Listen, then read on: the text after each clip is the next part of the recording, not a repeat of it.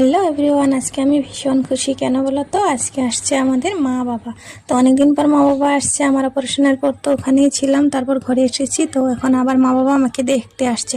আর এই শুনে আমাদের বাবু তো ভীষণ এক্সাইটেড। তো তিনজনে মিলে চলে গেলাম স্টেশনে মা বাবুকে আনতে। আর দেখো স্টেশনে বসে আছি, ট্রেনটা ঢুকবে আর বেশিক্ষণ নেই। আর বলতে বলতে দেখো ট্রেনটা ঢুকেও পড়েছে।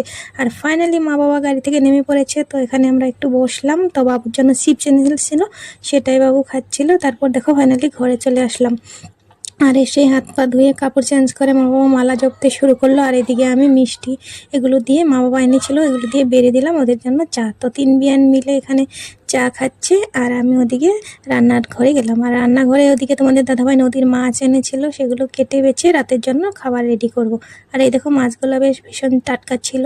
আর এই মাছ দিয়ে ডাঁটা আলু দিয়ে ঝোল করেছি, আর কুমড়োর বড়া করেছি, আর কিছুটা পেঁপে দিয়ে চচ্চড়ি করেছি। তো এই ছিল রাতের খাবার। ভিডিওটা কেমন লাগলো অবশ্যই বলবে। Bye bye, tata.